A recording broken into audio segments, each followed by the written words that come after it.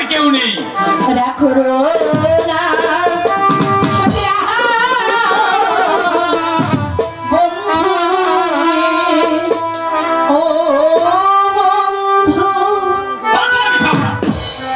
কেন তুমি খাবারগুলো মাটিতে ফেলে দিলে? বেরিয়ে যাও, বেরিয়ে যাও আমার সম্মুখে বলছি। কোথায় যাবি তা আমি কিছু জানি না। আমি বলছি এখন এই মুহূর্তে তুমি আমার সম্মুখ থেকে বেরিয়ে যাও। ওরে আমি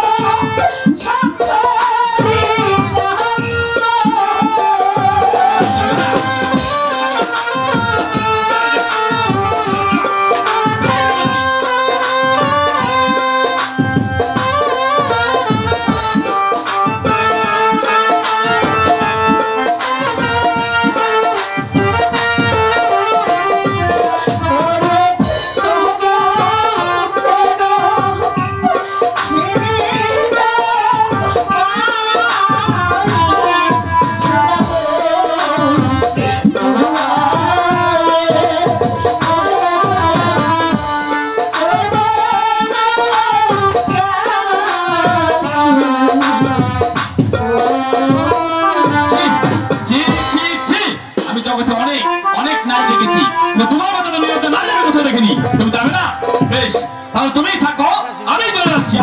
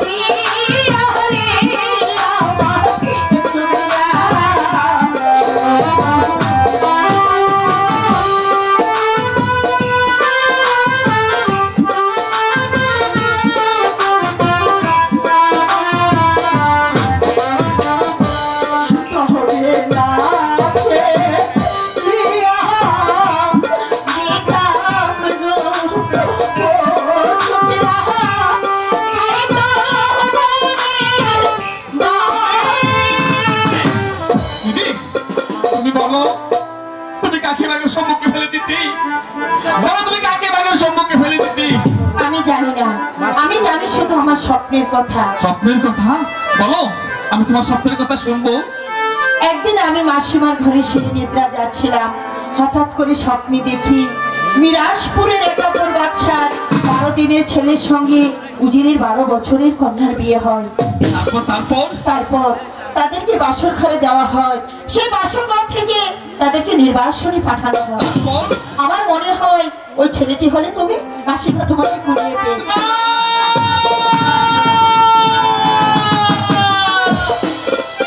আই খোদা, আমি আমার এই হতভাগ্য ছেলেটি মাসিমা আমাকে কুড়িয়ে পেয়েছে। এই পৃথিবীতে আমার আর বড় বলতে আর কেউ নেই। ওগো দিদি, ওগো দিদি, আমি না জেনে না বুঝে তোমার কাছে শত শত অপরাধ করেছি, তুমি আমাকে ক্ষমা করে দাও। ওভাবে বলো না, আমাকে তুমি ক্ষমা করে দিও। দাদা, আজও আমি তোমাকে আরো দু একটি প্রশ্ন করবো, তুমি তার উত্তর দেবে? তাড়াতাড়ি বলো। আচ্ছা বলো তো, তোমার কি বিয়ে হয়েছে? আমি কি বলবো? এই দিদি, আমি তোমাকে প্রশ্ন করছি আর তুমি ওইদিকে থেকে কাঁদতে লাগলে, বলো না তোমার কি বিয়ে হয়েছে? হ্যাঁ, আমার বিয়ে হয়েছে। তোমার বিয়ে হয়েছে, তাহলে আমার দুলাভাই কোথায় এবং তার নাম কি? তোমার দুলাভাইয়ের নাম হ্যাঁ। রামের বামে মহেশের সীতা, মহির মধ্যে হিমের শেষ। রামের নামে মহেশের সীতা, মহির মধ্যে হিমের শেষ। দিদি, দিদি, এদিকে আমারই নাম, সে তোমার নেতা, তাহলে তার রূপ ঠিক তোমার মতো। বাহ, চমৎকার চমৎকার কথা। আমারই নাম, আমার মতো রূপ। এই দিদি, দিদি, আমার দুলাভাই থাকবে তোমার তো দুঃখ কিসের? তুমি এখানে দাঁড়াও, এখন এই মুহূর্তে খেলা দুলাভাই খেতে কাল তুমি আসবো। তুমি তো তোমার দুলাভাইকে আনতে যাবে, অবশ্যই। যাওয়ার আগে একটি কথা শুনে যাও। বলো। বলো তো, আজ এই নিশিতে তুমি আমার কাছে কি চাও? আজ এই নিশিতে তুমি আমার কাছে যা চাইবে আমি তোমাকে দেবো, শুধু তোমার জন্য, অন্য কারোর জন্য না। সত্যি বলছো তো? সত্যি সত্যি। হ্যাঁ, এখন আমি কি চাইতে পারি, কি চাইতে পারি? আচ্ছা ঠিক আছে, আমি যখন সবাই দুলাভাই খেলতে যাবো তাহলে আমার কাছে টাকার প্রয়োজন। এই দিদি, তুমি আমাকে 100 টাকা দাও দেখি। হায় খোদা, এখনো তো বাগানে ফুল ফুটেনি। বাগানে ফুল ফুটে থাকলে ভ্রমণ এসে কিছুটি এই দিদি, বাড়ি, আমি তোমাকে টাকা চেয়েছি আর তুমি ওইদিকে বলে কাটতে লাগলে। বেশ, টাকাও চাই না, আর এই অন্ধকারের মধ্যে আমি দাঁড়িয়ে থাকতে পারবো না। তুমি এখন এই মুহূর্তে আমাকে আমার মাসিমা করতে হবে।